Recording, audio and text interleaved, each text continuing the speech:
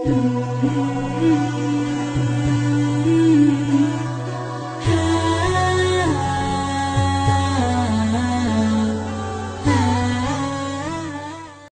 kaum muslimin wal muslimat rahimakumullah. Adapun ciri orang yang bertakwa yang kedua adalah wal amalu bitanzil.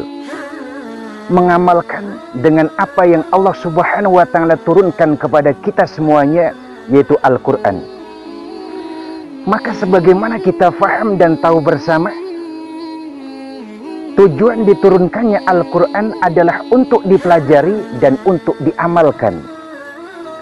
Maka orang yang bertakwa, saudara, mengamalkan apa yang Allah Subhanahu wa taala perintahkan di dalam Al-Qur'an dan kemudian menghindar dari apa yang Allah Subhanahu wa taala larang kepada kita.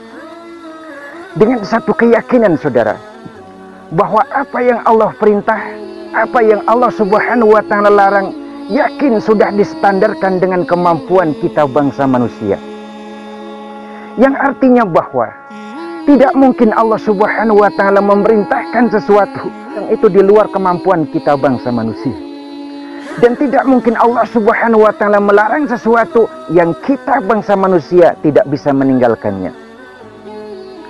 Maka sifat orang yang bertakwa, amalannya disesuaikan dengan apa yang Allah dan Rasul perintahkan kepada kita semua. Karena itulah ujung daripada kebahagiaan dunia dan akhirat kita. Diriwayatkan suatu saat Khalifah Umar bin Khattab melakukan sebuah safar perjalanan dan beliau berpapasan dengan kafilah yang di dalamnya ada Abdullah bin Mas'ud, seorang sahabat yang ketika hidayah masuk ke dalam relung hatinya terjadi perubahan yang sangat dahsyat luar biasa. Bahkan tidak ada satu ayat pun yang turun kecuali beliau tahu kapan, di mana, dan untuk apa ayat itu diturunkan. Maka diperintahkanlah satu utusan untuk menanyakan beberapa pertanyaan kepada sahabat Abdullah bin Mas'ud. Yang diantara salah satu pertanyaannya, berita Al-Quran manakah yang paling menakutkan?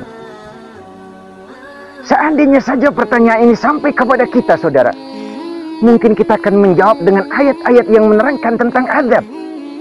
Entah azab kepada orang yang durhaka kepada orang tua, entah azab kepada para koruptor, kepada orang-orang yang zalim, kepada kaum LGBT. Tapi tidak dengan sahabat Abdullah bin Mas'ud. Ketika ditanya berita Al-Quran manakah yang paling menakutkan, beliau justru membacakan surat An-Nisa ayat 123, di mana Allah Subhanahu wa taala berfirman, "Laisa bi amanikum wala amani ahlil kitab may ya'mal su'an yujza bihi." Pahala yang datang dari Allah bukan seperti angan kosong kita, dan bukan pula seperti angan kosong ahlul kitab. Kadang-kadang, saudara, kita kepedean betul. Kapanpun Allah manggil saya siap kok. Dia menghitung sodakohnya, dia menghitung sholatnya, zakat, haji, dan umrahnya. Tapi Allah mengingatkan kepada kita, laisa bi amanikum. Pahala yang bakal datang dari Allah bukan seperti angan kosong kita. Lebih lanjut Allah menerangkan dalam surat Al-Kahfi ayat 104, alladzina dhalla sa'yuhum fil hayatid dunya wa hum yahsabuna annahum yuhsinuna sun'a.